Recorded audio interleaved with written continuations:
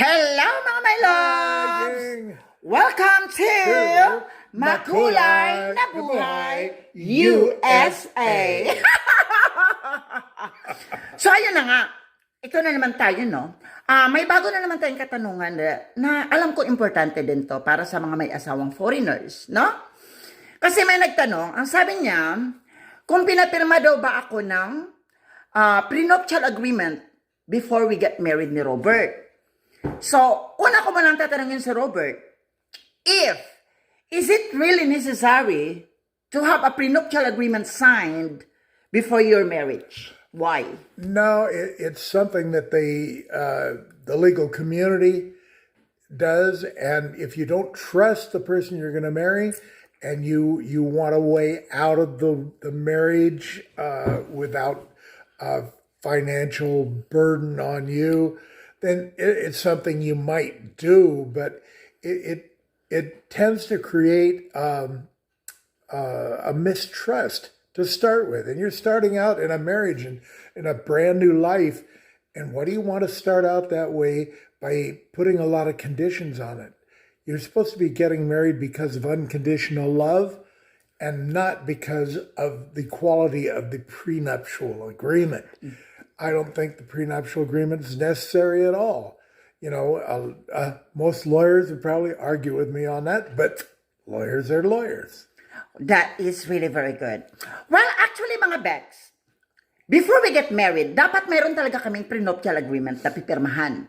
But the problem is, pagdating namin ng UPS sa notary, nakalimutan ko yung passport ko. One thing good, kaya hindi natuloy. So pagdating namin sa bahay ni Robert, sinabi ko sa kanya, why do we need to have that? Meaning to say you don't trust me? Then why are you going to marry me? So natauhan siya. Napag-isip-isip niya, oh yeah, right. Why should I have to do a prenuptial agreement if I love and trusted this person? Kaya dito mga mahal no, sa Amerika, pag may asawa kang afam, foreigner, kailangan ang labanan dito is sindakan. No? Kailangan you have to fight for your own right as well. Kailangan sindakan, kailangan lumaban ka. Diba? Kasi ako, sinabi ko talaga sa kanya, if that is the case, I'd rather have to go home in the Philippines. No? I will not marry you anymore. Uwi na lang ako ng Pilipinas. I just have to finish the 90 days and go home. Okay, you want to say something? Yeah, I think the prenuptial agreement, you know, people that have a lot of money, you know, could potentially be taken if the person they've chosen to marry is a scammer or something. But you're supposed to understand the person and know the person well enough before that happens, before you ever get to that point. So what is the point? I mean, I had substantial money I could have lost, but then what do you do? If you lose, if it doesn't work out, you start over. You go back to square one. So why do it? It's an extra cost that you don't have to put yourself under to get married. That's so true. And that is why I told him that way, you know?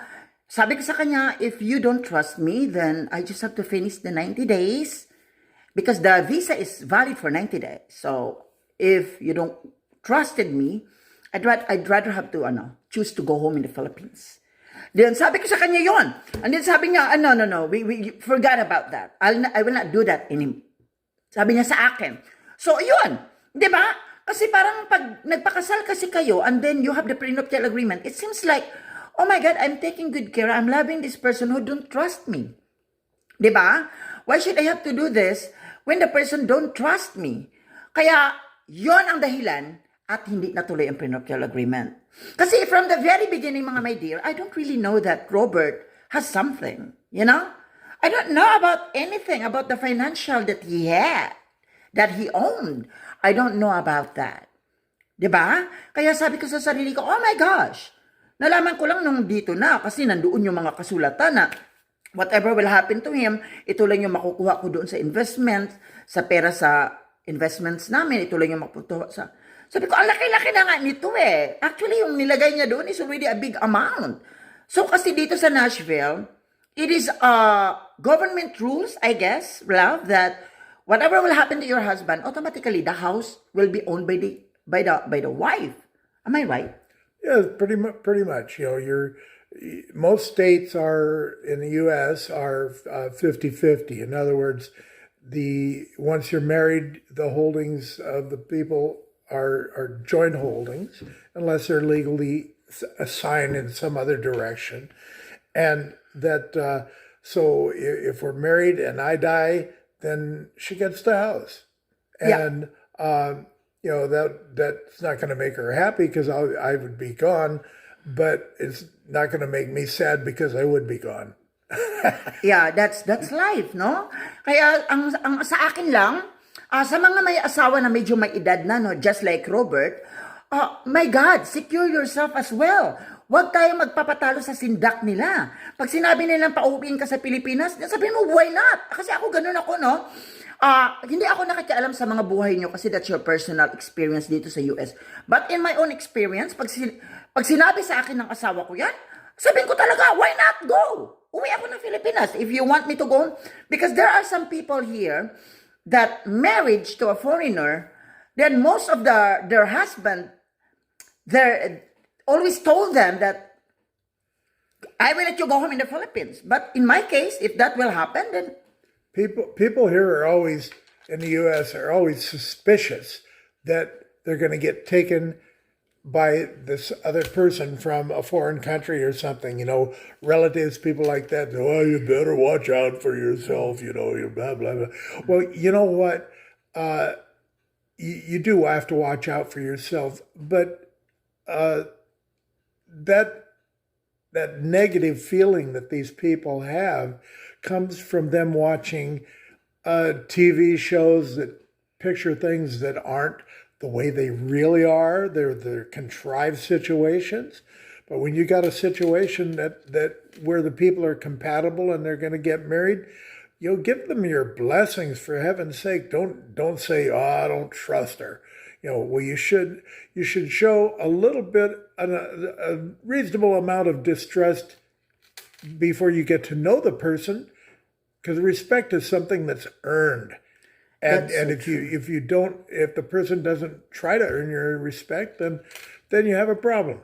But generally, I don't think you need to jump through every hoop that some legal system or somebody on TV tells you to do. yeah, that's why the only message that I want to tell you, mga Filipina who got married to an American or any nationality, no, don't be afraid. Whenever they are going to tell you something like that, fight. Because you have the right, no? They marry you. So you have the right. Because some people are actually afraid because they cannot get the 10 years green card, blah, blah, blah. Me, no. No, I don't care about the 10 years green card. I even tell Robert, okay, if you don't want me, then I'll just have to give you my 10 years green card and go home in the Philippines and start from the beginning. Diba? So that's life, mga mahal. And I'm so proud to myself. I'm so proud na I found a person who respected me, who loved me, who accepted me talaga na kung ano ako. Diba? Ganun lang ang labanan. We have to be ready sa lahat ng mga challenges pag nag-asawa tayo ng foreigner. And again, doon sa nagtanong, yes, we do from the start, but hindi namin siya natuloy. We were not able to push it through because of one-on-one talk. It turned out that we were listening to other people, and you should listen to yourself, listen to your heart, listen to your brain, and not listen to everybody else. You're your own person. You can make your own judgments and your own decisions. Right, absolutely. Yeah, so ako kasi I just feel sad doon sa mga sinasaktan pa ng asawa, mga ganun, di ba? Mga bayulente na mga asawa, no? Nananakit. So ako kaya, personally, I choose to have like this, no? Kasi nga, they will love you. Talagang buo. Diba? Kasi at their age, naghanap talaga sila ng taong who will love them too. More than they love me. I love him more. We always do that when we were in the Philippines. When he said, I love you more. I love you much. I love you even more. We keep playing, we play, we always have fun to ourselves. And that's the secret of having a happy life and happy marriage. 'Diba? Dapat you have to be happy and smile. Make your partner and husband happy all the time. Don't give them a stress. Because lalo silang magmukha matanda. And look at that. He is 76, but wow, good looking. No? Because he is a stress-free person with my care. And I'm taking good care of him very much. At wala na siyang makitang mga babae na mag-aalaga sa kanya ng ganun. Ibang-iba. This is the only one. Ibang-iba ang pag-alaga ko kay Roberto. That's why he loves me so much. Am I right, love? You're right. Thank you for loving me, my love. And once again, laban tayo. We are in their country, but of course, we have the right to fight in our own right as well as mga asawa nila. So thank you so much once again. This is Makulay na Buhay USA. We love you, mga mahal. Mwah!